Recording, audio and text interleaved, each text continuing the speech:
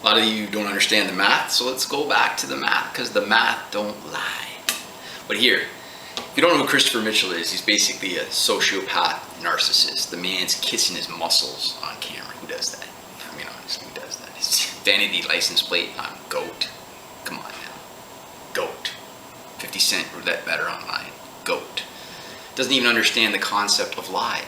Right now I'm coming to you live, but I'm not. It's been previously recorded. Anyway, math doesn't lie. So let's do a math test. Let's see if you're cut out to be a gambler. Because I'm going to mislead, like these sociopaths. They're master manipulators to get you to agree with things. It sounds so right, and yet it's so wrong. Watch. I'll give you a famous math riddle. It takes place in the 1920s, I think. 3 men, traveling salesmen, go to a hotel. They decide to share the room to cut expenses. Go to the night clerk. How much is the room for a night? $30. There's 3 of them. So $10 each. They each put in $10. Boom, boom, boom. Just like that. Bellhop takes them up to their room. When the bellhop returns to the front desk clerk realizes he's made an error. The room should only be $25.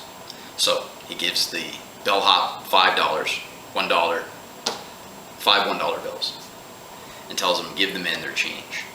And you know the bellhop, being a little shady like Christopher's like, well, hey, you know, can't divide 5 into 3.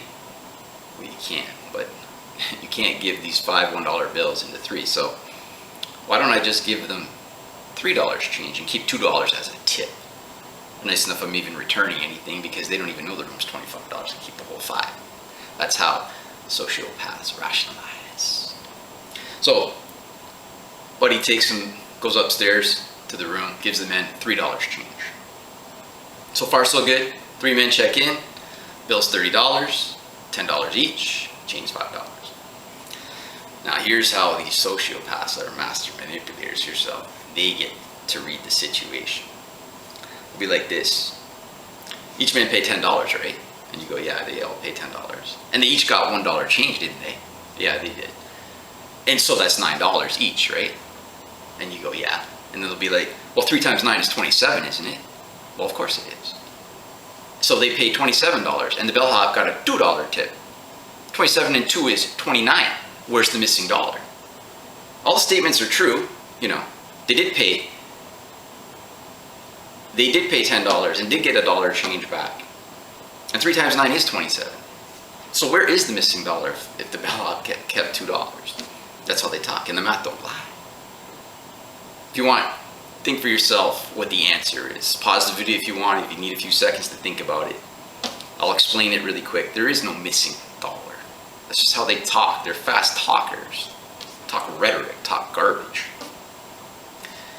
Did they pay $30? Yes. Is 3 times 9 27? Yes. Of that $27, 25 went to the hotel, and the bellhop kept 2. And they got $3 change. So the room's 25, the bellhop has 2, and you got $3 change. That adds up to 30. You see, it's just change the way you look at things, and the things you look at will change. He's got all kinds of erroneous math. Doesn't understand. That doesn't matter where the 12 numbers are on the wheel. 12 numbers is 12 numbers. Each number has just as likely a chance as any other number, regardless of where it is on the wheel. Okay, that's how that stuff works. So, do roulette math for you. See that? Okay. So, on a roulette wheel, you got 37 numbers. Okay? So, if you were to pick your favorite number, let's say your favorite number is the number 5, and you just keep betting that number, what's going to happen in the long run? You know, out of 37 spins in the long run, you would expect your number to come up 1 time. Okay? Which means you will have lost 36 times. So if you're betting a unit, you've got 36 units lost, and 1 unit won. And when you win, they pay you 35 to 1. So 36 minus 35 is a 1 unit loss, and 1 divided by 37 units totaled wager equals the 2.7%. So now he's got you, tries to confuse the math a little bit, you know, by betting either 2 columns or 2 dozens. Doesn't really matter, doesn't change anything. So 37 spins, and you're betting 2 units. He always says, I think, the second dozen, and then you get to alternate the first or the third. So it's 37 times 2. You're wagering a total of 74 units. Now what happens? 24 times you're going to win. Every time you win 24 because the win will be a 2-unit win, but you have lost one bet. So let's say the second dozen wins, you get 2 units for that.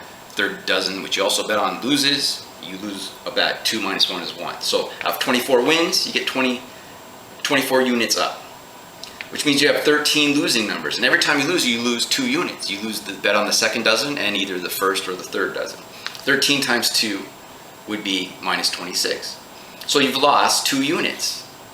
You won 24, but you lost 26. You're down 2 units. Your total wagered was 74 units, which guess what? Surprise, surprise, 2.7%. Let's do more math. Buddy's going to have you martingale. Okay, so what's the chance of losing 5 in a row? Because he wants to do 5 martingales. There's still 37 numbers and 13 lose for you. So 13 divided by 37 to the 5th power, which is approximately equal to 1 out of 187, which means it's 186 to 1 odds that you will lose 5 times. So 186 times you win, and 1 time you're going to lose. Is that going to happen? Yes, if you play long enough, it will absolutely happen. Just show you the paper in case you can't see. If you ever played Hold'em, to flop a straight, your odds 1 in 255. It's harder to flop a straight than it is to get 5 losses with 2 dozen or 2 columns bet. Chance of 4 of a, now that's flop a straight. That means just in 5 cards. Now 4 of a kind with the board. So making any 4 of a kind using the board in Hold'em. Your chance 1 in 595. Again, a lot harder than this. And if you play poker long enough, you're going to get lots and lots of 4 of a kinds, lots and lots flop straights. And you're realizing this is going to happen. So what happens when you lose the sequence? Remember, he's got you tripling your bet. It's a grand martingale. It's not even a martingale. He calls it a Mitchell-gale, whatever he calls it. So you lose the first bet, it's 2 units. Second is 6, 18, 54, 162. You're down 242 units if this happens. And it's going to happen. And we know what you're up. You're up 186. 186 minus the 242, you're down 56 units. You're still down 2.7% because it's always the total amount wagered times the house edge. Turns out your average bet size doing this martingale is 11 unit wager. So it does not work, will not work, and will never work. The guy is a complete fraud. He's just a sociopath narcissist. Guy who likes to kiss his muscles on camera, a guy who likes to mislead, a guy who likes to use sayings, change the way you look at things. You can make money or you can make excuses. You can say whatever he wants. The mentors I knew in gambling didn't have any fancy sayings. They taught you the math, you know? They taught you psychology. This guy is a blueprint for disaster, and that's what's happening. He can't even manage money.